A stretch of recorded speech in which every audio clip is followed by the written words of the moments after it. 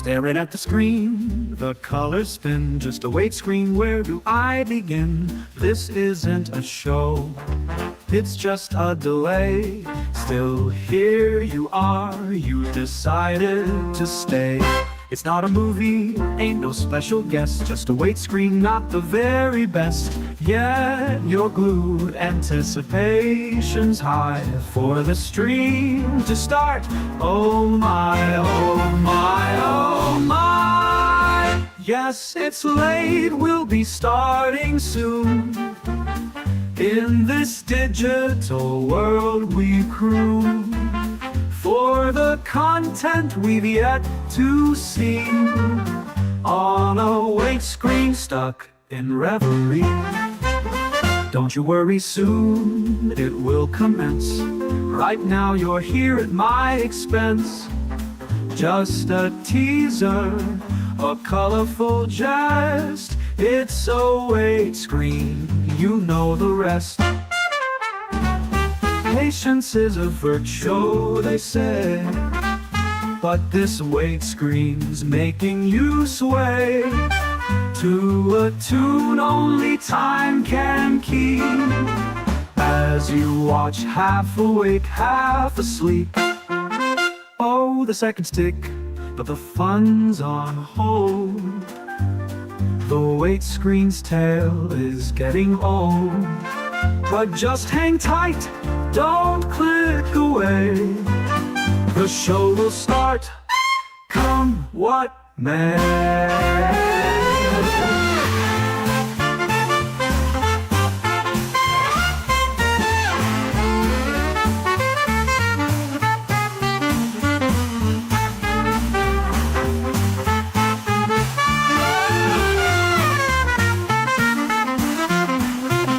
Don't you worry, soon it will commence.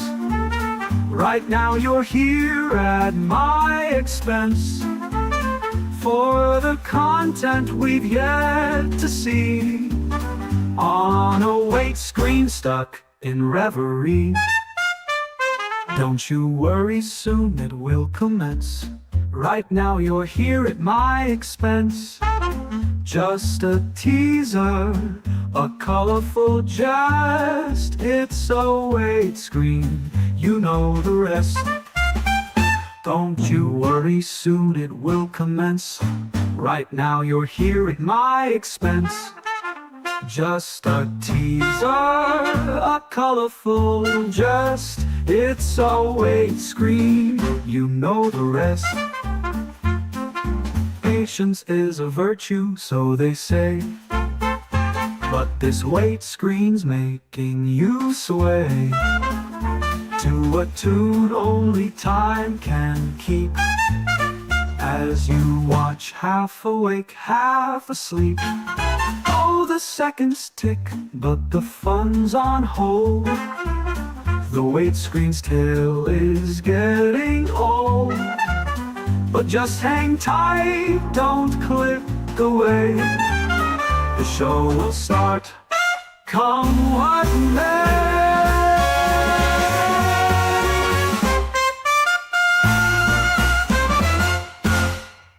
The wait screen's tale is getting old.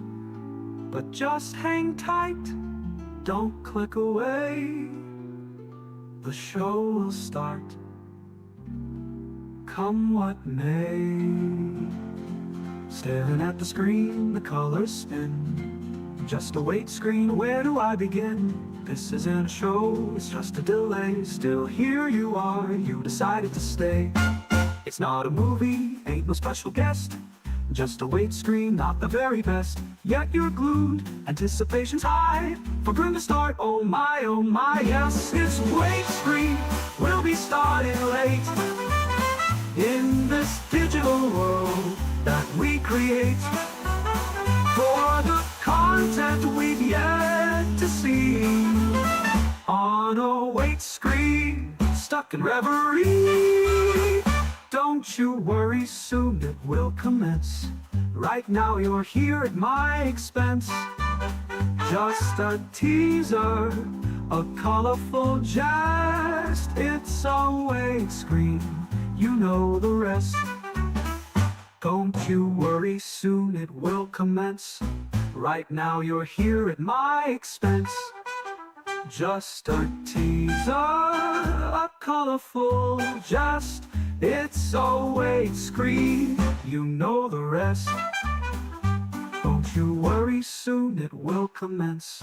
Right now you're here at my expense. Just a teaser, a colorful jest. It's always screen, you know the rest.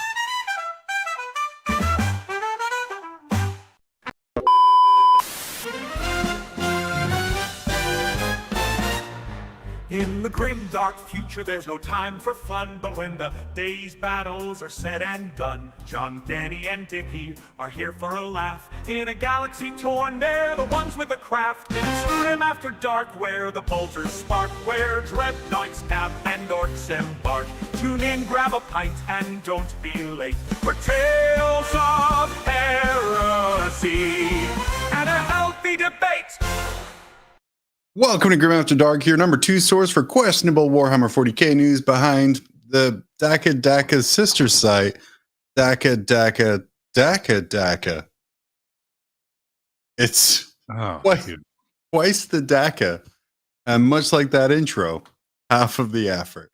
I'm your host, John. I am joined, as always, by my very disappointed looking co-host, Danny. I'm going to bring him in here now, because you need to see. I was seeing how disappointed he was. You needed to see that. I'm sad for you right now. Sad for me. You didn't even do like Daka cubed. Like, no, that would be Daka, because there would be 3 of them. It's the Daka times the Daka times the Daka would be cubed. This is there's a whole short on our channel about orc shooting. If you want to know how to do it properly. The person who hit the go button on the please make short was Tech Priest Dickie. I did it. Who is also here with us. Oh, and I have a puppet. Look at me. It's it's a great like guessing game as to whether Dickie's gonna just be lazy and be himself, or be a puppet, or just not appear. I like that it's be lazy and be myself. That's fun. Yeah. We also like that. But that's okay. Guys, last live Grim of 2024. Yeah, that's the year it is. I'm going to talk to you guys. We're probably going to pre-record next week because I love you guys, but it's Christmas Eve. And next week, so I did want to talk to you. The current plan was we're going to watch a movie with Peter the Falcon. Yep. What are you guys' thoughts about just telling him the wrong movie? I love this. And then just doing something else. And we can comfortably say that because he doesn't actually consume any 40k media. No. Or what should we tell him to watch? Yeah. So we'll have him watch Hot Frosty, and then we'll watch the new Secret Level Space Marine. Just make you guys didn't watch Secret Level Space Marine yet? I haven't yet. No. I keep forgetting. Oh my fucking god. Watch it.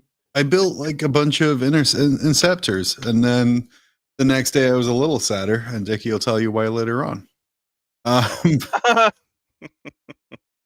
This week on Grim, we are catching up on the community dumpster. That is the part of the community where I reside, trying to find the best takes. Dickie is going to dive deep into you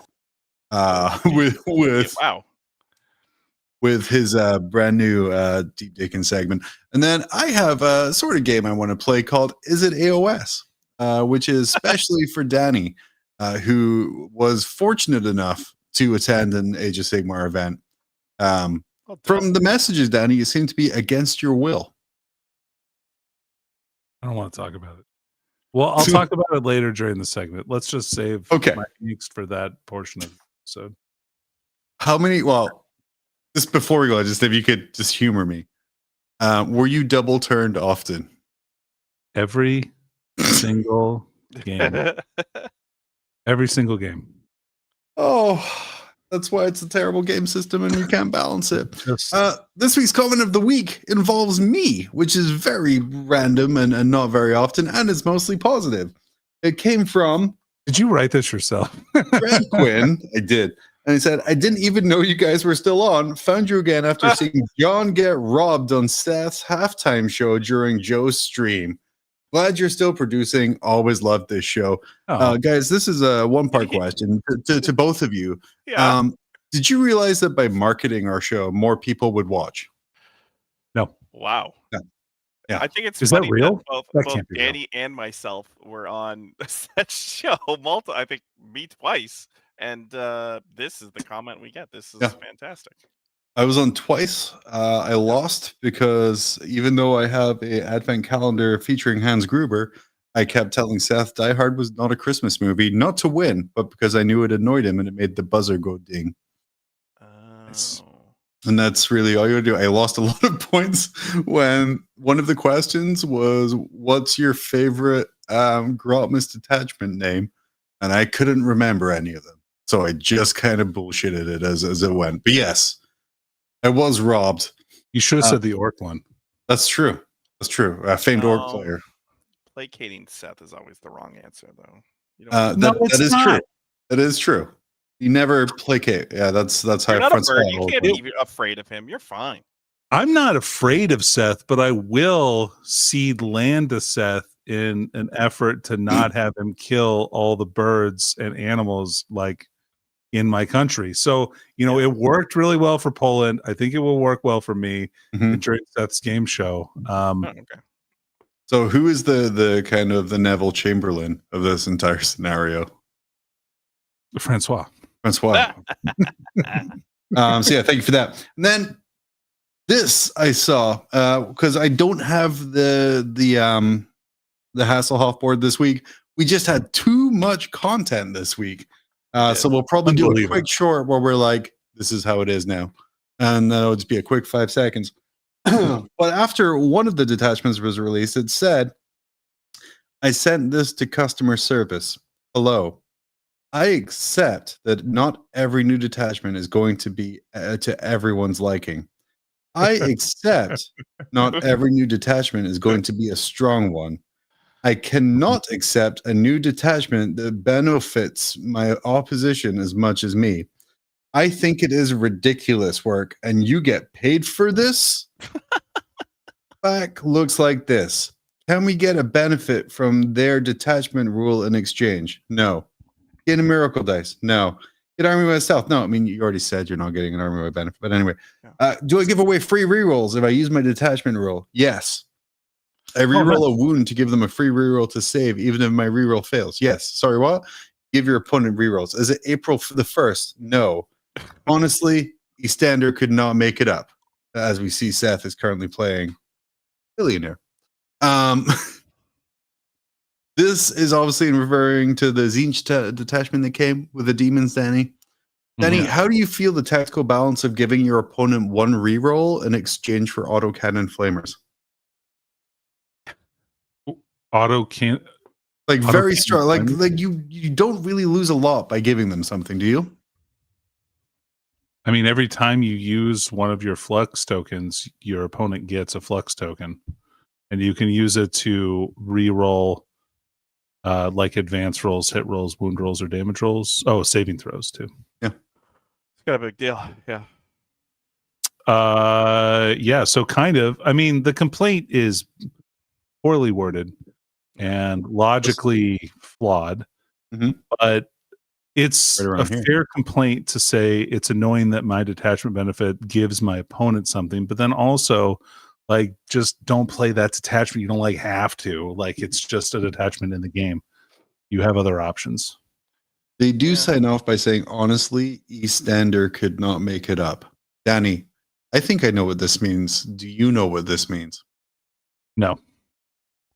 EastEnders is a British soap opera. Oh. So I think it's trying to say that it's very bad writing, worse than a soap opera. But yes, it was my favorite response to any of the Grotmus detachments because they've been pretty well universally received, apart from the Zinch one. I think my favorite was someone telling our friend Paul that the Slanesh one was bad, and he's like, "No, it's actually pretty good." Yeah, it's very good. And the guy was like, "Hey, I think I went 4-1 at my last GT with Slanesh. and Paul I know just what I'm saying. did the big dicking. I'm the Just number like one. I'm the number one Slanesh player in the world, and I'm 20-4 in the last 4 GT. Yeah. Always good to see. Actually, and you know what? When I looked at the Zinch one, like I thought there was some play, like having Yeah, it was one of 2 those losses. Yeah. Yeah. I think you can make 2 chickens shoot at a line of sight. That's pretty cute. Yeah. I don't know. Like there's some play. I wouldn't necessarily. Art of War Nick Natavati won a game on their stream with it, so obviously it's got some play, right? I mean, look, some of the stuff in there also got buffed. Are They're you- probably not. I don't know. I think Screamers got a lot better, right? Or Are like, you trying to say that Nick winning a game is a surprise? In that house, that's fair. It's a tough house to win in. But I don't know. I think all the detachments are fun and playful. So I mean, I think maybe the T Suns one, playful? maybe probably the not. But have you guys seen the Orc? Oh man, it's so good. Anyway, Orc one's great. I checked out Stat Check earlier. Oh, by the way, I was Look at on that. Seth's little show with what was your Team Canada name? My brain is blanking now. my Team Canada name. Your Team Canada friend. But anyway, regardless, he's a member of Only Stat one. Check. Jeremy Jeremy representing Stat Check. Atkinson. Yeah. And I did say on the episode, I was like, hey, and I just interrupted Seth's hosting and closeout duties. I was like, Stat Check is singular. What stat are you checking? Oh, that's so perfect. Yes. And he tried to explain it, and I'm like, I think you're wrong, and I think it's movement. And then I just stopped talking. Nice. Just chef's kiss. I did check out Stat Check earlier today.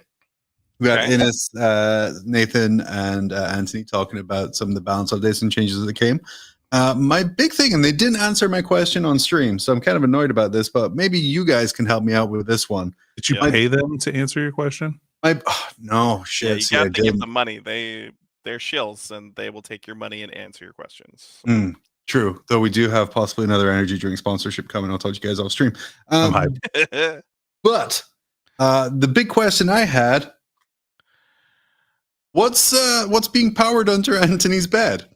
Oh, Now I did ask this on stream. They didn't answer. And it's also discussed some terrain things and how it would have to be ruled for Vegas. So I put a little Innis X LVO terrain in there. That was also ignored. But yeah, guys, what's being powered under Anthony's bed?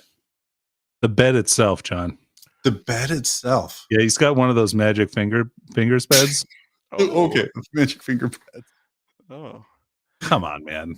It's just We're like 5 minutes into the episode. one I'm finger. not about to start talking about sex toys. is it like magic finger beds? Or like oh, Yeah. we're after 15 minutes, so Danny, we can say all the dumb things we want. the Italian in him? Yeah, that's there what you it is. It's an That's Italian. It's magic Italian fingers. It's a pasta maker. But yeah, that was my big takeaway. And this is so if you want an insight into my Oh, the Picasso puncher. if you want an insight into my terrible and crazy mind, while watching 3 top 40K players discuss the changes, all I could focus on was a power cord going from a door to what looked like under a bed, and it really bothered me when I couldn't figure it out. But now I know I just need to pay them $5, and they'll tell me no answer. But last couple of weeks, we've been covering all of the Grommas attachments coming up. We missed some big news.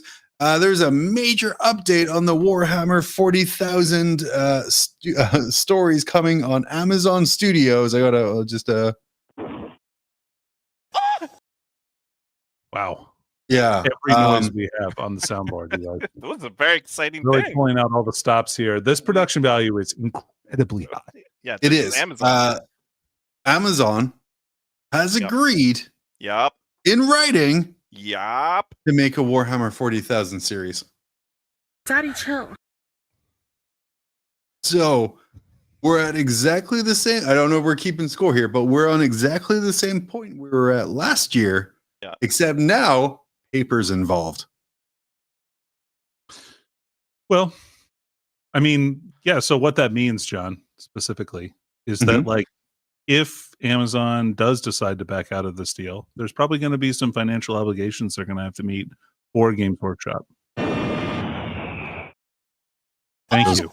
Yeah. It's big. We get excited about contract fines and fees and scale regulations. That's why we're here, right? That's why we're here. We're just talking contracts. Yeah, buddy. We're here. Oh, that's a segment right there. Just talking. I can't wait to see contracts. the indemnity clause on that bad boy. He's nerding out so hard right now. How about we do a bit where it's just talking contracts is the name. And we put like really like twangy bass, like sexy music in the background, and just yeah, I like that language you used in paragraph 7. They're wishing, but in no way guaranteeing that a successful series happens.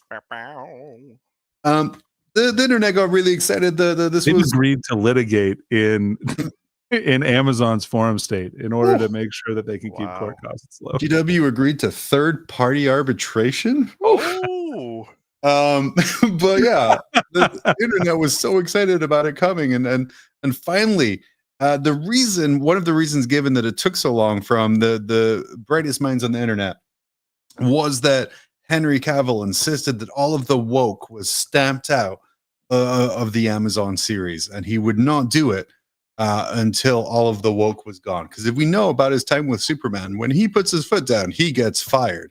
But And The Witcher. But what woke did Henry Cavill remove in order to convince GW to sign? wow. The series was actually originally going to be about female space marines. I was expecting this. No, just kidding. There was actually just a woman in a very brief part of one of the episodes, and he managed to get that cut. That's so good. that there wouldn't be any female representation whatsoever. That's an important part of 40K's lore. But it's a very important. Okay, actually, it was a $200 million budgeted Horus Heresy series covering the first 3 books only. Oh God! All female space marine gender switches until Harris, which is what the girl Horus is called, gets stabbed by a dagger, and then that transitions them to a man, and then all of the heretics become men. So corrupted. So they're just corrupted by testosterone. Yeah. And when random people on the internet found out, they went crazy. So like, we knew they would do this, and I was like, you knew they would do that exact scenario? And they're like, yes. But no. I've been talking about it for years, John, in my blog. On my WordPress blog. Yeah. Oh, fantastic. I loved it. I've been wanting to talk about this meme for weeks because it is very confusing, and I don't know if it's pro woke bigots or anti woke bigots. So we have our curious hobbyist who's talking to a woke bigot. He is saying this hobby hates new members and will attack you. And then a drunk 40K fan comes out of what I assume is a cathedral and then says, welcome, have fun, respect the lore, and pay for your own beer. Now, my confusion on this is that they're treating the drunk 40K fan saying, have fun, respect the lore, pay for your own beer, as an annoyance that they should ignore. Yeah. I think so. Or he's saying, this hobby hates new members and they'll attack you. And then the 40K fan is the literal representation of the hobby. He's come out to drunk to attack the new person. It's a very poorly made meme. I'm trying to like, what's your guys' takes on what is this trying to say? It's trying to say, John, that the forward-facing part of 40K's fandom is made up entirely of woke bigots. Right. But if you get to the crunchy undercore, the real seed of the fandom, emphasis on seed, like I think that you will find that they're just regular alcoholic bigots. Well, I'm a regular alcoholic woke bigot. So yeah. And that's the common thing. We find our commonality through alcohol. Next up, this is a model I've also wanted to share for a while. We're going through the pile because these have piled up over the last few weeks. Those Danny, dainty little legs, these guys. Danny, what are we looking at? I don't know. Perfect. Moving on. Next. All right. So what we're looking at is a Brutalis dreadnought that seems to have converted legs made of armature shoulder pads Yeah, and thick thighs, I think, is maybe- the technical term. maybe armature legs in general. I think. Yeah, armature legs, but thick mommy thighs, Yeah, I think, is the official term. Oh, Is that Yeah. that the official term? Is the thick mommy thighs? That's what we should be calling that. That's what coin it. Amazon We could told me. coin- We could coin it. Danny, what's the rules for this Brutalis dread? Well, if it moves more than 6 inches a turn, it loses 1 wound with no armor saves possible due to friction burns on the inside of its thighs. Oh, yeah. That's a trouble. Only in chafe does my duty end. True. Next up is the other thing is there's a slow one there. Next up we have a gingerbread tomb. It's a gingerbread knot. Mhm. Ho ho ho, heretics! What are some other festive gingerbread 40k things we can make? Oh man. We could make a gingerbread Thunderhawk. Right? That'd be cool. Ginger hawk. You can make all kinds of gingerbread things, Dickie. I think my Christmas tree is actually a fully accurate representation of the Fang of Fenris, and each Surrounded by ornament furries. is indicative of a different Space Wolves I thought you company. didn't like Space Wolves though, Dan. I mean, that's the only way you can live your life. I think now in this day and age, is surrounded by Oh. furries. He has no intro. Like, we put the nicest presents around his tree. His wife has made a really good effort to make it. He won't go near that thing. He is terrified. Threw them away. Yeah. Threw him away. Dickie, what's harder to build? A gingerbread fire raptor or a gingerbread spirit host from Age of Sigmar? Spirit Host 100% because the Fire Raptor is very boxy. It's very easy to do the Spirit How Host. curved is the gingerbread before you get it? It's incredibly curved. Oh, yeah. Frustratingly so. Like, to the point where if you were misshipped one by accident, you give it away because you don't want to build another one. Well, because they're barely edible, right? So, Wow. yeah, makes sense. Oh, it's a resin model, Dickie. I wouldn't eat it. Oh, yeah, that makes sense as well. Maybe the Yes. gingerbread. Maybe. 10 out of 10 for the cool guy gingerbread knot. That made me chuckle. Yeah. Next up, this guy. This is one of my opponents at Slaaneashmas. He has, Dude. in fact, Danny, what does he have? John, this is for our audio listeners only. Yeah, it video appears that watchers. He has Fucking close your eyes. close your eyes. Just let my dulcet tones overwhelm your senses. Today, on Grim After Dark, we have one of the most fantastically converted models I've ever seen personally in my entire life. This is a Ballistus Dreadnought. Normally, the Ballistus Dreadnought has normal Dreadnought feet. However, this gentleman has converted his to be wearing high-top sneakers and then has a bunch of fake money glued to the base. I believe it says paid in full, but it's partially obscured by a wound icon. In addition, there seems to be a few golden chains wrapped around the front of this dreadnought, evocative of some kind of gold chain necklace that you may see in urban America. That was beautiful. Wow, well done. I will say I saw this a couple rounds earlier before I got to play him. I did make sure to target that dreadnought specifically for death. That's not nice. Because I'm like, no, those high tops got to go. And then I found Because you out, hated it, or because They're you loved too it white. so much? They're too Yeah, white. we'll call him B. But then I found out that he made it because his nephew thought it was really cool, and then I was like, "Well, I feel like a dick now." But you're gonna have to take that off the table because it lost its last wound. No, I'm kidding. But it was a great model. It was a fun game too. Man, good times. Next up, That does sound like something. Danny, please respond to this. 40K isn't satire for the same reasons Satarship Troopers isn't. At no point are we given any hint that the Imperium/Federation is wrong in their assessment of their enemies. Okay. Well, what's your take on this, Danny? I'm assuming he means Starship Troopers. Look, first of all, no. We're talking about Satyr ship troopers. Those guys are drinking little goat men, and they're ready to party. And I would read that book all day long. But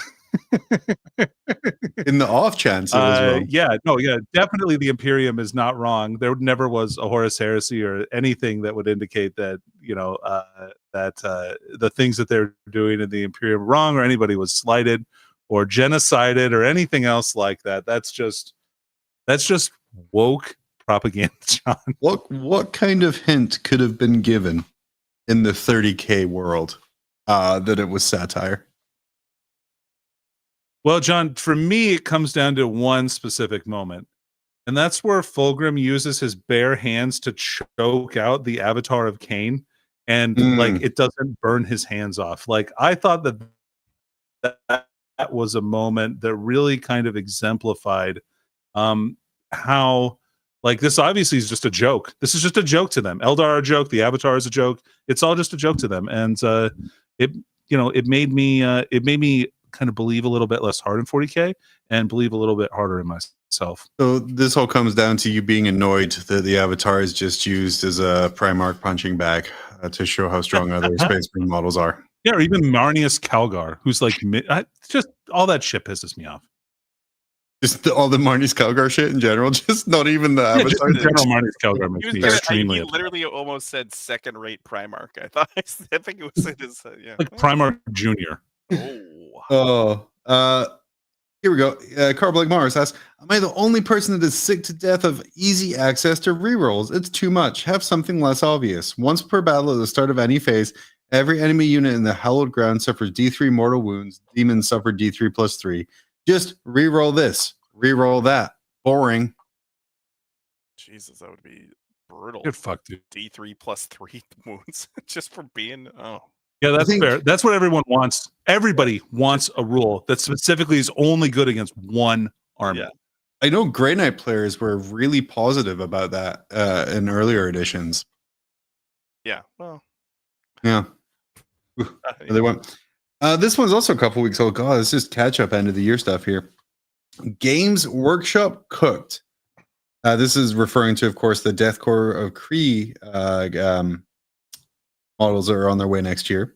Yeah. They say Games Workshop Cooked. Everything about these Warhammer reveals was spectacular. You can tell they're desperate to win back fan opinion after their failure early this year. Danny, as you kind of discuss the Krieg and kind of this comment here, I'm just going to, for no reason, put up this graph of GW's share price. What's your take on Krieg? Is this 2023, John? What's that? Look at that dip in 2023. I know. That's when everyone banded together and said no female Space Marines. Right. We all agreed. No, it's higher than ever. It's just crazy. I don't know. I mean, it's not like it's higher than it has been. Like, it's still like, if you look at 2000, God, I wish I invested money in Games Workshop instead of buying plastic kits 10 years ago. But here we are. But Krieger coming. I have a genuine question of Danny. Is the Imperial Guard range getting too bloated? Because there's a lot now. Well, yeah, but they already had like a whole plastic Krieg squad. I don't mind them kind of bumping that out to have like three more kits, maybe 4. Because you have new Death Riders, right? You have a special character / other generic Death Rider character. And then you have the artillery piece. And then you have the engineers. Okay, so 4 new kits, all of which are very different from existing kits, and replace Forge World resin. I'm all for this, John. All for that? Yeah. Are you worried that I think bloat it's fair to complain about bloat a little bit, but like also it's okay for some armies to get some new units. I don't know that Imperial Guard needed 4 new units. They already have a lot. But like, it would definitely be nice to see an army like, I don't know, Votan or AdMech or something like that has kind of a more limited model range, get a few more new World units. Eaters, Yeah, World Eaters. Yeah, World Eaters, Thousand Suns, even Death Guard. Yep. As I look at my beautiful boys over there, getting ready to. Well, oh, good news! As an aside, my wife has agreed that she wants to try playing a game again. Oh no! Really? Yeah. So I'm gonna do a little 1,000-point game where I give her my death card, and then I take the worst. I'm gonna take the worst possible list imaginable against her to kind of really, oh, you want to play? You beat me real good. But no, it's exciting. But yeah, so my concern, I guess, Dickie, would you rather have range? Because I think Space Marines for sure have a range bloat that I think is going to be fixed next edition. Yeah. When some of our smaller, older friends go to the great plastic warehouse in the sky. But a lot of data shit is really hard to balance that. And Guard sometimes does have issues with balance. Either they've been really good or really bad. And do you feel kind of hard to get in between? Would you rather have a bloated book or a separate Krieg book? I would rather have the ability to buy certain things, I think. So I've been trying to get some of that. Dickie turns this into I can't buy any corn. I can't. I've been trying to get this Nemesis Claw for weeks now, and it doesn't exist. You can't buy that thing anywhere. So if they could maybe slow down on some of that Guard stuff, hook up a couple Nemesis Claws for everyone, I think everyone would be a lot happier. Yeah. So But I Dickie, mean, just to be clear, your answer to is the Imperial Guard getting more bloated is not answering at all. Why can't I buy a Nemesis Dreadclaw? Which, man, you've just been hanging out in the Facebook groups I hang out in to get content. Exactly. I'm okay with it. Like it's pretty models. Like, how can we be mad at pretty new models, for God's sakes? Like, just shut up.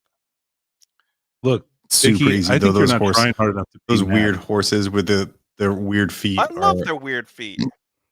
Me They're too. very cool. They're And very even cool. Danny likes horses, and he is typically. I way hate horses. I hate way horses. against That's why I horses. like these guys, because they're not horses. Yeah. Yeah. not horses. The big horse is silencing him right now, but that's okay The big horse. because it's time for Really? us I'm going to press a random clip of music here. It's time for some deep dicking. Oh, there you go. Oh, this is whose turn is that anyway? But that works. Yeah, fair enough. Yeah. We really went downhill on our bumpers. We have so many bumpers that. Yeah, I need to just go through them and redo them. Yeah. Danny, do you have a request for a new bumper so I can see if your mic's working? My mic has been working this entire time. I just have had poor internet connectivity. If that's fair. We still love you. Thanks. Yeah. Wait a second. Hold up. Yeah. Is it just me that can't hear Danny? It's just. Can you not hear me? Can you not hear me? No, I can't. I can hear Danny 100%. The audience can hear Danny. Everyone can hear Danny. Fantastic. Let me. Why don't you take a deep Dickie segment and I'm gonna refresh here real quick. Hit the next screen and then we can start. Okay. One. I think Danny can talk and help us. Where are we starting? Yeah. Well, we're gonna. Thanks for that, John. Since you blacked out the whole section, so not so big changes. Okay, so we got not so big changes. The first one is, well, guys, the 3-inch deep strike is dead. Long live the new 6-inch deep strike. That is now a thing. So anything that had a 3-inch deep strike is now turned into a 6-inch deep strike. I got something for this. As someone who just spent $120. Well, as the person that was trying to bubble out a 3-inch deep strike, I am very happy with it, actually. Do you know how many parts an Inceptor's backpack is? It's so many parts. It's a lot of parts, and they never hang on their little stem very well. So, yeah. 1, 2, 3, No. 4, 5, 6, 7, 8, 9, 11 parts. I have 66 parts of backpack I've built, only to be told that I have to play the game fairly and in a way that doesn't break. Yeah. It's bullshit, dude. Yeah. Bullshit. Well, the hits just keep on coming, buddy, because Armor of Contempt is now not the whole phase. It's only for that one activation. You may hit your boo button again. I did it because I'm sad, not because you told me to. I think I'm okay with it, quite honestly. Armor of Yeah. Contempt was the most aggravating thing in the world against like Terminators or Vindicators or things like that. So Yeah. I can 100% get on board with this. It is just really good against that one activation that you're really worried about. So Can I still tell you, quite- as someone building a Space Marine list right now and kind of pinning it up, I'm really pissed off that Armor of Contempt has been reduced this way. As someone who had to play Space Marines in 80% of his games last weekend, I'm extremely happy Armor of Contempt has been modified this way. Yeah. There's just something so incredibly frustrating. It is a very annoying. Like, yes, I can kill that unit, but I'm going to have to put everything into this unit now. Yeah. And I think the last kind of simple change is Overwatch was changed. They actually clarified when it activates. So Overwatch can only be declared when in the charge phase, when a charge is declared. So in the past, there was a weird thing where you actually had to complete a successful charge before you could Overwatch, which is really confusing, and people probably never played it like that. So they kind of changed it from there. So I think good changes, really minor. I think they did more of their changes on some of the armies that we're going to see coming up. I'm waiting for the change to be no template weapons or flame weapons during Overwatch. I don't think that's balanced in the auto hit. No, I think that makes 100% sense that you would Overwatch with Flamer. But hey, yeah, Flamers are supposed to be good at Overwatch. Yeah. That's like, oh, that says. I mean, okay. I mostly play assault armies, but I don't think I'm biased on this. Yeah, might move my wrench. Yeah, and this is like, so the Overwatch change, right, Dickie? That only is for like when in the charge phase they changed it so you have to be able to see them before you shoot, right? Yeah, so it's just you can still Overwatch like normal, like otherwise. You can still Overwatch normal. I mean, for vehicles, it's harder, right? So if you're getting charged from out of line of sight, you could never really Overwatch when someone hit you because Big Guns Never Tire doesn't activate in the Overwatch step. It's like outside of rules. So I think this is more just clarifying the rule and just help like making sure it's less confusing, because it was a weird, like, I'm declaring a charge and you would be like, okay, I'm Overwatching, and you have to wait for the person to successfully make the charge, and then your Overwatch basically gets evaporated and you give the guy the CP back. It was just a really weird kind of interaction. Yeah, that's pretty weird, I guess. Yeah. Well, and it should be in line of sight too, and that gives people who are out of line of sight something. I just wish that, like, and this is fine. I'm not going to complain about it. I think it's I really want a Kool-Aid Man sound bite now, though. Oh yeah. Okay, so Sisters. Let's talk about a slight slap. Sisters, the hits just keep on coming. The Sisters, the hits just keep on coming. So last time, you guys remember, not that anyone goes back and watches our old show, but Sisters got a pretty massive points increase when their book came out, and so it was just, I don't know, this maybe is too much.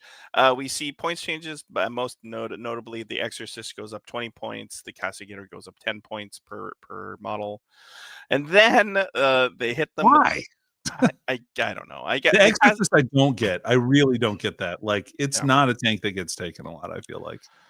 Well, not anymore. So, but I think probably the bigger hit is just rules surrounding miracle dice generation. Before, it was obnoxious, the amount of miracle dice that a Sisters army was getting. Now there's really only two ways they're able to get, really only two dice. One at the start of the battle round and one at the end of each phase, if one or more. Before that, it was like any time a unit died, they'd be getting a dice. So so you're going to see far less miracle dice throughout a game, quite honestly. So yeah, not horrible. I didn't put it here, but I believe the Triumph was changed as well, and I don't believe she can churn every dice to sixes or anything like that. I think it's just one, right? I think it's just one, so it does kind of change her value. and I didn't notice any points drop. She did increase quite substantially on points, and I didn't see any points drop on her. So you're paying a premium for that one ability. Yeah, woke, very woke. And they took some rather hefty hits to the Bringers of Flame detachment, which is probably their more popular and strong faction detachment ability. So the increase to strength and ranged attack, they used to be 12 inches and now only 6 inches away. So they have to get really up close and personal to get that strength bonus from that. So Blazing Ire, I believe that is the stratagem when you shoot at a transport, the unit inside after it's been targeted can get out. It was only 1 CP. It is now 2 CP. To do Okay. that. Yeah. So it looks like just a bunch of like CP increase and then changing the strats around to make them worse. Yeah, basically moving things in line with the 6-inch rather than 12-inch. Cleansing flame. So that is, if you remember, a really good stratagem where hand flamers got the devastating wounds keyword on their torrent weapons. That was 1 CP. They changed it to 2 CP. So this book has a heap of 2 CP stratagems. So Red of Fire now only works within 6 inches, and that's the +1 to wound. So they have to get quite close to get that. Because like essentially what they're doing here is they're changing like these strats, these really good ones, to be 1 command point if you have a canoness with the unit. Otherwise, probably don't use these. Yeah, not everything gets to be awesome all the time. Probably. And then again, the Armor of Contempt change on the Shield of Aversion. So, I do like that they're taking similar rules and kind of, regardless of what silly name they get across factions, they're being kind of standardized. Yeah, I really like that as well. Yeah. So I think that's a good move.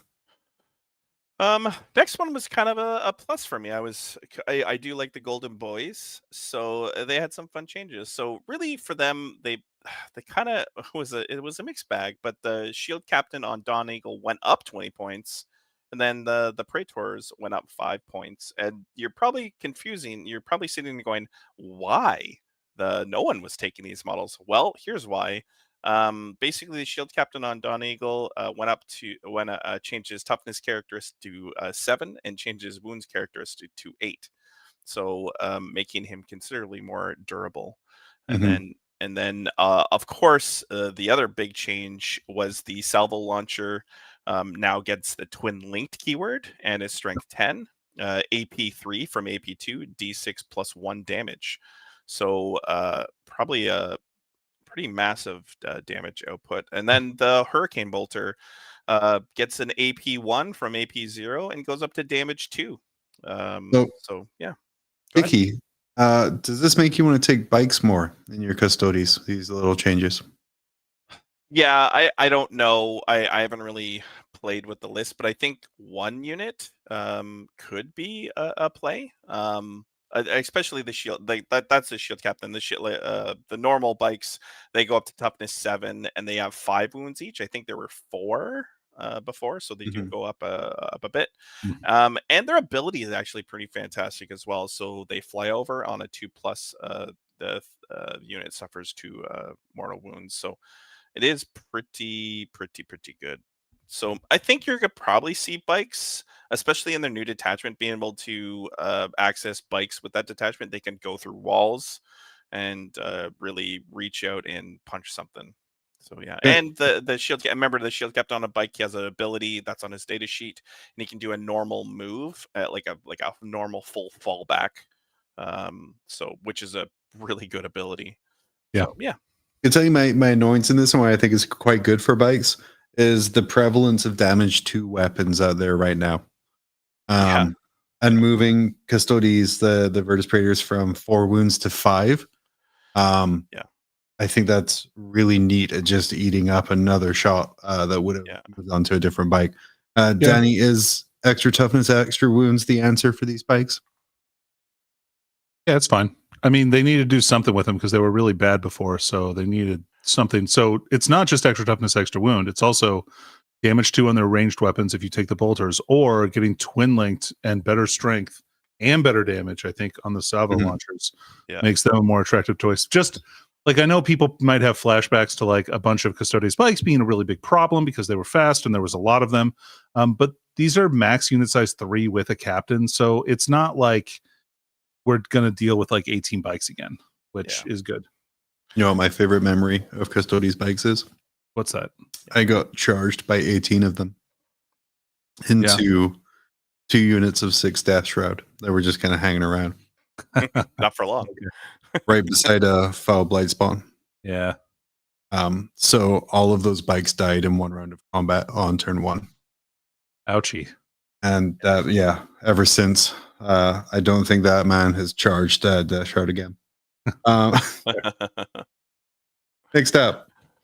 Okay, so some kind of quick overarching changes. So Gene Stealer Cults probably took one of the larger changes. So instead of rolling for kind of the recursion ability that they actually have points associated to their army, and each unit has a certain amount of recursion points. So you get a max of 10 points, and you have to spend them and kind of keep. It's a little more bookkeeping.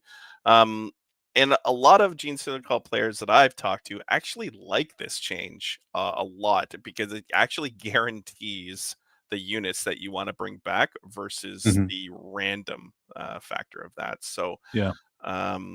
So I mean, you could have 12 points. You could have 12 points, yes. That's one of the. It's one of the. It's one of the changes.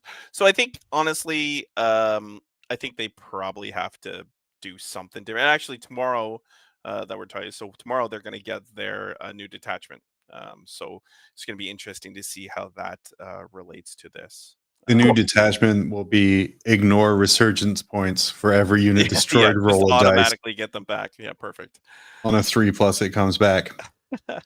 Well, Chaos Knights, John, since I know you're a Chaos Knight lover, so they kind of changed the Harbiters of Dread ability.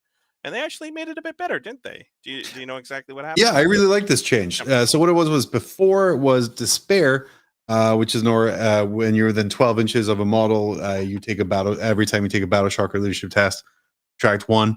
That was from round 3 onwards, usually, which if you're trading pieces correctly, you don't really have much of a window by then. Yeah. I think having it from round 1 is really good and not necessarily game breaking. Yeah. I think it's because honestly, all battle shock based abilities, which Chaos Knights have a lot of, aren't that great until they are, in which case they're really good. But I think this is a really good, simple change to make Chaos Knights a little bit of a nicer army, especially when combined with that Grout attachment. Yeah, and we didn't necessarily say, but actually some small knights actually went down in cost as well. So it's a pretty interesting change there. So yeah, interested to see how the Chaos Knights take that change. Orcs. So Orcs took a lot of changes, and of course, we haven't talked about their detachment yet. That's for I guess a later show. But they actually changed the way their WA rules works now. So now it is at your command phase. So you call it within your command phase versus start of the battle round. So this is probably a pretty happy change for Orc players. No longer do you get your WA baited out as much, and you have more control over when this happens. So this is. Sorry, did you say got my WA baited? Yeah, baby. So the other kind of small changes, they're trying to make assimilation swarm within the Tyranids a little better. Instead of the before times is you had to be on an objective in order to get the kind of recursion.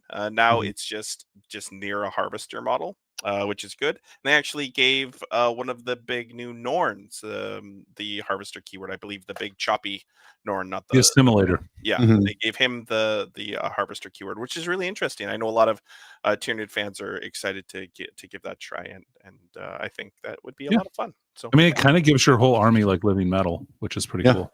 It's really cool. More consistent living metal. Yeah. And I think probably one of the biggest change on this next slide here, John. You didn't put next slide. That was your last slide. That's a pretty big change. Yeah. Okay, so we have big changes with Space Marines. Space Marines. So there was a ton, and I can't believe I forgot to put the slide there, but regardless, so There's Oath so many. actually Oath gives the +1 to wound now when you designate an Oath target, so you reroll hits and you get +1. This is of course only for Codex compliant chapters, so sorry, Blood Angels, you do not get this. Don't need it. Just Yeah, gonna- no Blood Angels, no Black Templars, no Dark Angels, no Death Watch, no Space Wolves. Exactly. So suck an egg. Which is actually pretty terrifying, since you can have Mr. Gilliman, who has changed, who now gets to Oath 2 things. So very, very, very, very strong. Space Marines took a ton of changes. The bikes, the Primaris bikes that they have, when they charge, they get extra damage and I believe extra strength and all that good stuff. So they're actually a relatively big force when they charge. All of your chapter masters give certain abilities to kind of units that you would expect, like Corsair Khan gives Outriders OPSEC 3, things like that. So it's you okay, Danny? None of these characters, except for Pedro Cantor, are chapter masters. Oh, they're just bros. They're just bros. Technically, very technically Jeez, speaking. I did not know Denny was such a stickler when it came to chapter. I guess For hold White on. Scars, he is. Frank Yeah. is also a chapter master now, I think. Yeah. Anyway, sorry, go on. No, you've completely derailed me. So they've ruined all of your credibility by all my special- credibility's gone in one fell swoop. Special characters for different chapters give their special unit extra OC. Yeah, pretty much. That's exactly right. But there's actually some interesting stuff. So you're going to see Reavers a lot more. They got a lot of cool abilities, especially in Ultramarines. I think you're going to see the Flamer guys that you haven't been seeing at all. Yeah. They got much better. They got much better with the extra AP. What else? All of a sudden, a lot of painting streams have about 30 of those on their workbench. So like right. extra AP, they synergize well with the Salamanders characters. They synergize well with Flamebringers. Yep. Like all these things that like, and don't forget too that if you take those Salamanders characters that make these things better, you're also getting like bonus OC from Vulcan on your Infernus squads, and you can do a bunch of like their AP -1 with ignores cover. Like I love Infernus Marines. Mhm. Yeah. Stern Is what their Guard, guns I sound think, like. Stern Guard have changed, I believe. Well, they were re-reverted. Yeah, re-reverted. So they get, I guess, their re-roll full wounds against Oath targets back again. So not only are you +1 to wound, but they get full re-rolls. Ouchie. So I think Ultramarines are the new Smurf that we love to play against. So Same as the old Smurf. Hooray! Yeah, they're going to be really gross. I'm really excited to play against Kalgar a bunch. Yeah, you're going to play against Gilliman, Calgar, a lot of those guys with the melted guns, a lot of like just terrible, terrible, scary things. So yeah, good luck, guys. Oh. That's okay. Because you know what, Dickie, that was a beautiful recap. Thank you for dicking us down so deeply about the new changes to 40K. But John, you know what? Yes. We neglected maybe the most important change in here. And if I can just briefly talk about that for go. Seconds. Yeah, go, buddy. The Lion's Sword is now sweep attack 2 damage, and my penis has never been harder. I'm asking you to stop talking about it now. Okay, now we're getting to... All right, we're good. Yep. Yeah, damage done. That was gross. Much like you having an erection from it. But, guys, I'm so gosh darn sick of rules changes. I want to go back, and I don't want to talk about 40K anymore. But I'm not too familiar with the rules of other games and 40K. So this is when we're going to play the Danny-inspired Is It Sigmar? Oh, God. The name of this game is simple. I'm going to tell you guys a rule from a game that I have paraphrased in some way. And I need you to tell me if this was an actual rule from Age of Sigmar or one I just made up because I'm a silly person. Yep. Danny, like I said in the preamble for the show, a lot of empathy for you now. But is there? Rule 1, you guys ready? Yep. Then I'm going to press a button.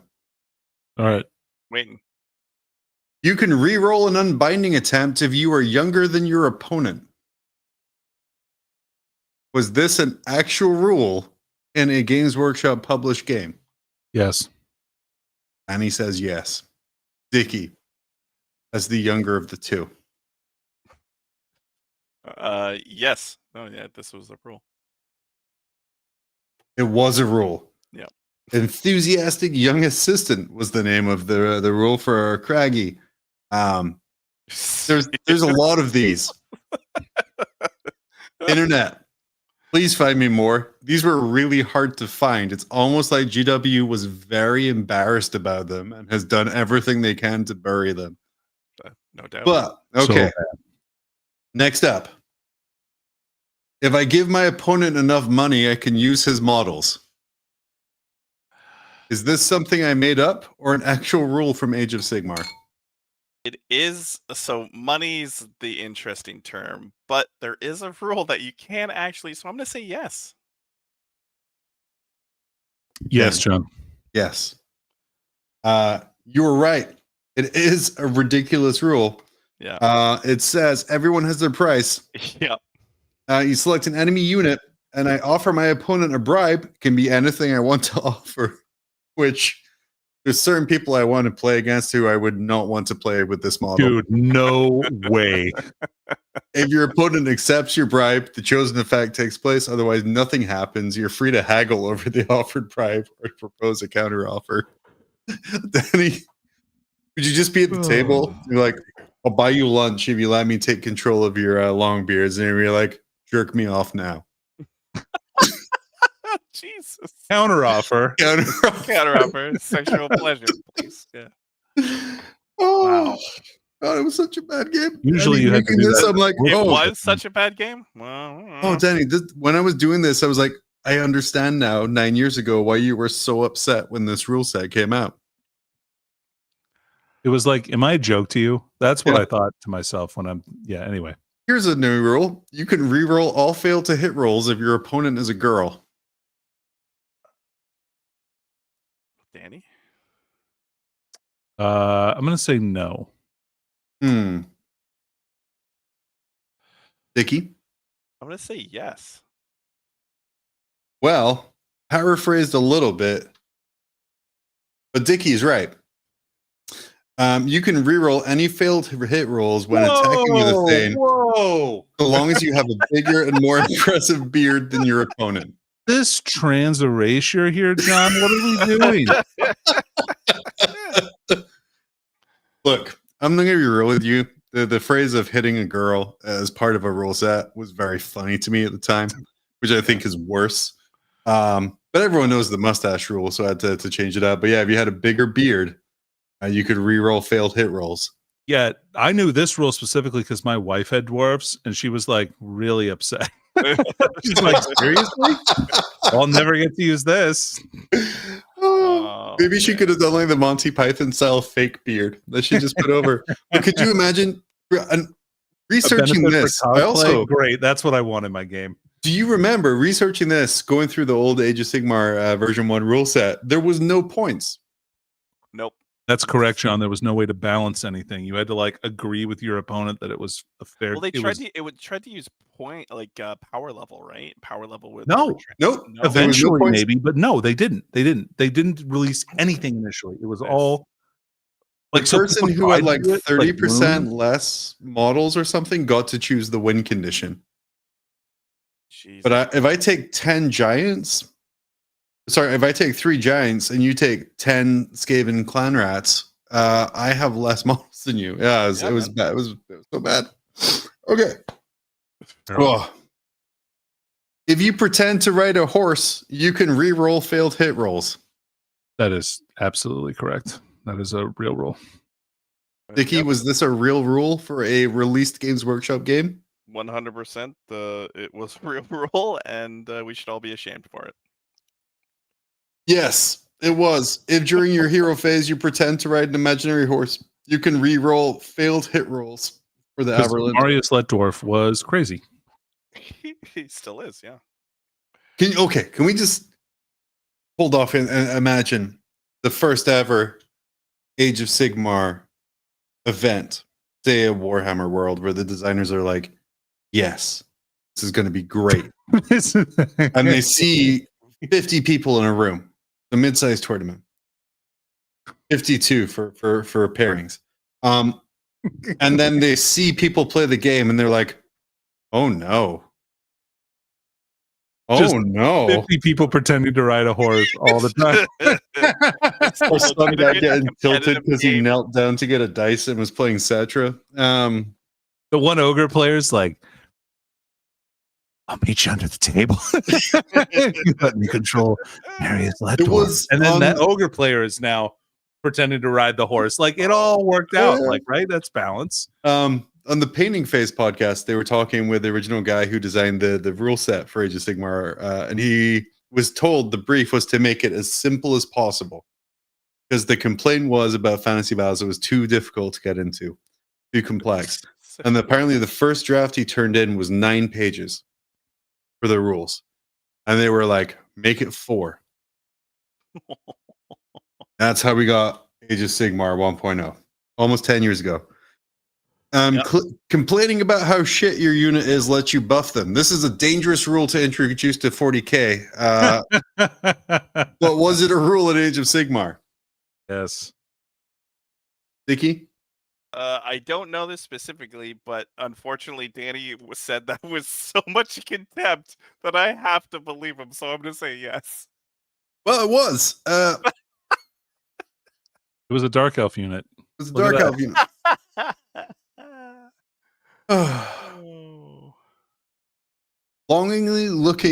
Looking longingly into your opponent's eyes causes more mortal wounds.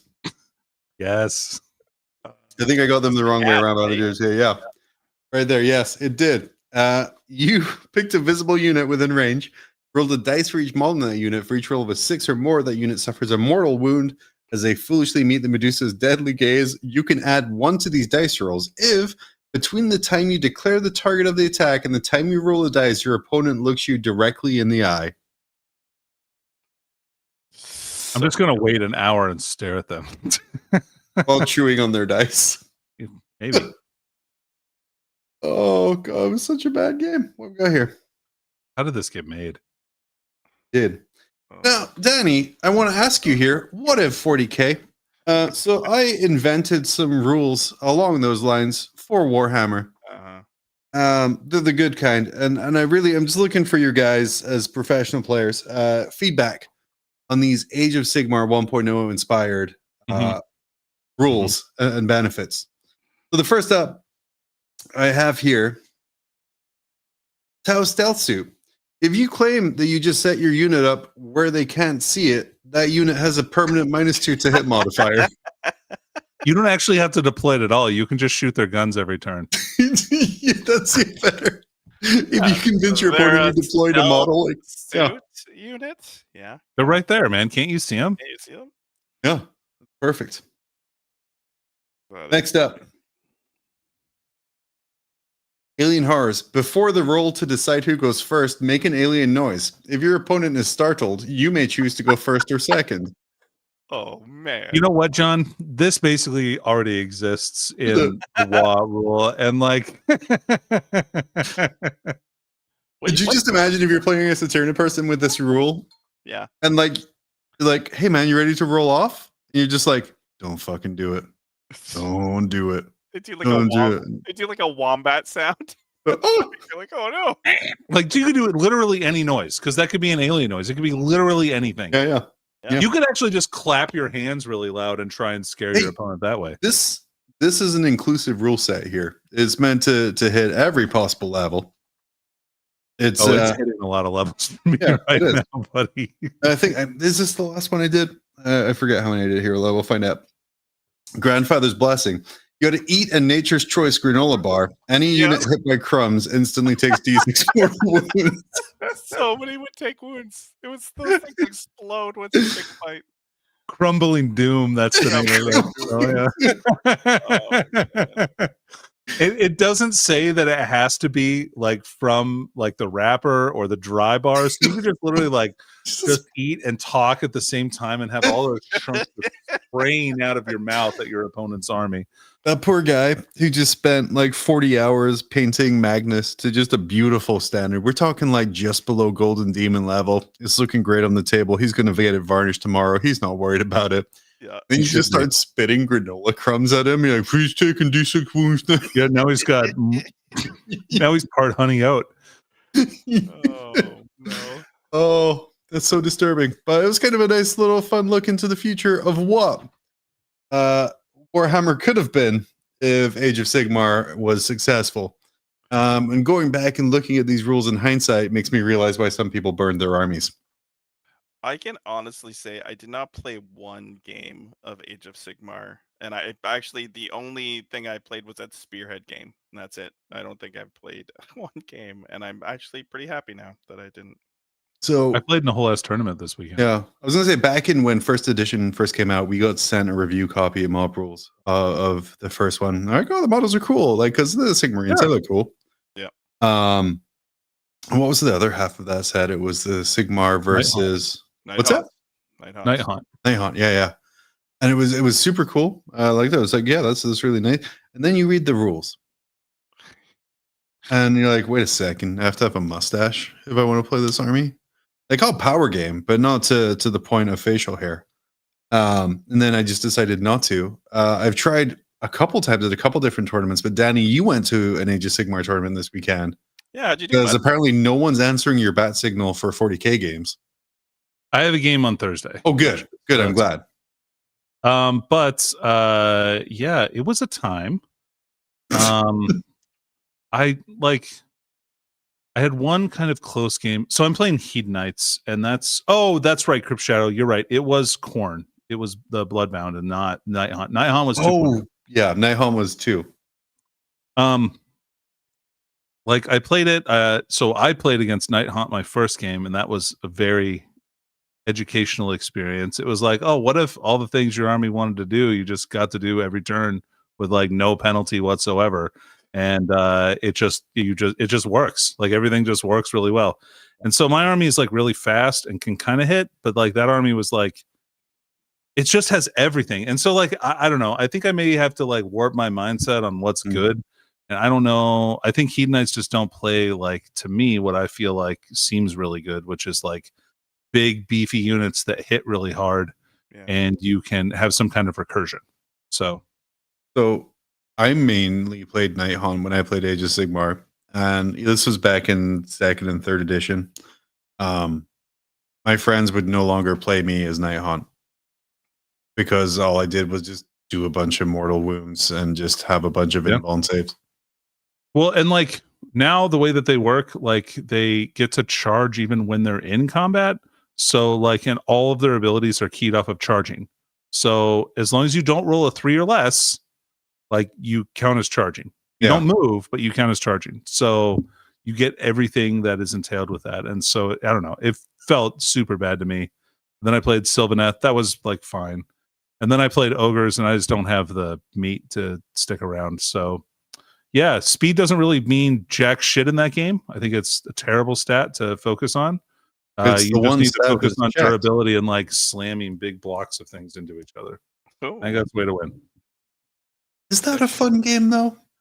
It was just 2 durable blocks. No, I mean, it like there's some tactics there at least. Like it didn't feel good to me. And the mission structure is like, it's like what 40K used to be, kind of. And like, so it may seem really interesting to people who haven't played like a real good mission like game. But it doesn't, I don't think the missions are very good either. No. So no, I tried. I'll probably try again and get another Sigmar army because the models are amazing. Yeah, they do really good models. The models are incredible. Like that Hedonite's like little like sex couch that gets like moved along the board. Great. I'm building it right now. There's a lot of drugs on that couch, John. That Vampire King guy is so sexy. Yeah. It's just a shame you have to play Age of Sigmar. Yeah. The models are gorgeous, and like the people I played against were all nice people, but like fun to play against and that kind of stuff. It was just like I just was not feeling the game that this weekend. So more than any other war game I've ever played, Age of Sigmar has always come across to me as rock, paper, scissors. Like you have rock army, paper army, scissor army. Like for me, Night Hunt, like it was a rock army, as Sigmarines were a scissor army, where like it's just a bad matchup. My paper army was the Caradon Overlords because all of that shooting, I couldn't get close. That's just how it seemed to me. Like I couldn't build a list that was sort of all comers, like doing all these different things. You kind of have to spec into your one thing. And it just came across as very rock, paper, scissory. Yeah. I have a suggestion for a Christmas movie. Oh. I'm The listening. movie's called Carry On, and it's on Netflix. Is it about a bag? It's about a bag, and Jason Bateman is in it. Does the bag come to life and fall in love with a big town lawyer who's home in Nebraska just for 3 days because her family farm is being foreclosed upon? No, And then it's at the not- end, it's she not a finds out that Hallmark- it's her it's law. not a Hallmark movie, John, is what you're trying to say. At the end, she finds out it's her law firm that's foreclosing on the farm. It's to more build in a the server vein farm? of a Die Hard, actually. So I don't know. It's a suggestion. Glass clink time. Die Hard. Wait, hold on. So you're saying that this is Jason Bateman in a Die Hard movie? Well, no, this is Jason Bateman, just- not in a Die Hard movie, but it is Christmas themed. I'm just imagining Jason Bateman in an event being like, "Well, you come to New York, have a couple. I'll come to LA, have a couple laughs. That's fine." Little Michael Bluth voice. Oh, Just saying. okay. He's I the know. villain, apparently, according to Crypt Shadow. Yeah. He's a villain. He can't be a villain. He was the bad guy in the Starsky and Hutch movie with Owen Wilson and Ben Stiller. Yeah, Is that even really a bad guy? and in Family Matters. And in Arrested Development, technically. You want to get really Kinda. deep about it. But that brings us to the time of the show where we're wrapping up. Next week, sometime at the end of this week or during the day on Saturday, we're all going to get together and we're going to have our annual Christmas episode where we don't talk 40K, which I know is a unique thing for us. Sorry. Talk a lot about 40K. Lately. But we're going to grab Peter the Falcon to talk about a Christmas movie that we will probably tell him a different one than the one we actually talk about. And So, maybe another special guest. yeah, maybe he's the one who's confused and derail. We're derailing his train of thought for a change. Who knows? Never. It could happen.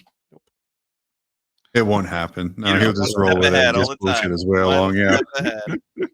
But we'll be back there. And then after that, we're going to take a week off and we will be back fresh on January 7th. Oh, Amazing. good date. Yes. Perfect date. We're giving everyone New Year's Eve off so they can bring in the 40K the right way by, I don't know. What do you do in this country New Year? I just go to drink and We're fall gonna have asleep. so many detachments to review. It's going to be so Oh, many. Wow, that's gonna be a lot of stuff. So what we're going to do after this real quick, we're going to take up 5 minutes of Danny's time. And we're just going to have him say full screen. That's fine. That's pretty good. That's bad. And then we'll just do shorts. That sounds great. And they will Perfect. be 6-second detachment reviews. I actually love this. Yeah. And then That's good. problem solved. And then we can show the final half as a Hasselhoff chart on the 7th. There you go. Yeah. If we're all good with I'll that. find a different like metric. I think like I need to come up with a different like tier list. I've got some ideas for some tiers, so maybe I'll just shoot those over to John so he doesn't Yes. have to do it. Yeah, absolutely. Crypt Shadow is missing Peter's erotic Horus heresy. It was erotic. It was erotic. Wait, I do still have his voice in the AI voice I don't generator. have that bumper anymore. And then and then don't go out on New York anymore. I'm old. Yeah, I don't either because I'm on the West Coast. But maybe sometime. Who New knows? Year's, John. New Year's. You mean Hogmanay? What? Wait, hold. What is that? I Hogmanay. think he had a stroke. Is that a Scottish holiday? That yeah, is. it might be a stroke. Are It's- you okay, man? December 31st is Hogmanay, which is a Scottish term for New Year's Eve. I like it because it has the word hog and many. Hog. How do you spell the last part of it? Obviously, it's H-O-G. Shit, I have to Google. Oh, you don't even know. It's not even real, you guys. You don't have to look up how to spell it. If he's got to Google it, it's not real. Oh, I got it right. Hogmanay is the Scottish term for New Year's Eve and the celebration of the new year. So is it a celebration of the Hogman? Like Hogman? Hey, hey, Hogman. Just to finish it out, yeah. Guys like Hogmone. Thank you, Mark. Thank you. Oh, was it a good old? There we go. Hey. Yes. Thank you, everyone who's followed along, Graham, for this year. We will be back next year as John terrifyingly realizes we are less than a month from LVO, and I'm not going to be able to take Blood Angels. We will work around that. But for Graham After Dark, I've been John. I've been Danny. And I've been Dickie. Dickie, have a merry Hogmanay. Happy Hogmannies. Hogmanay. Bye-bye.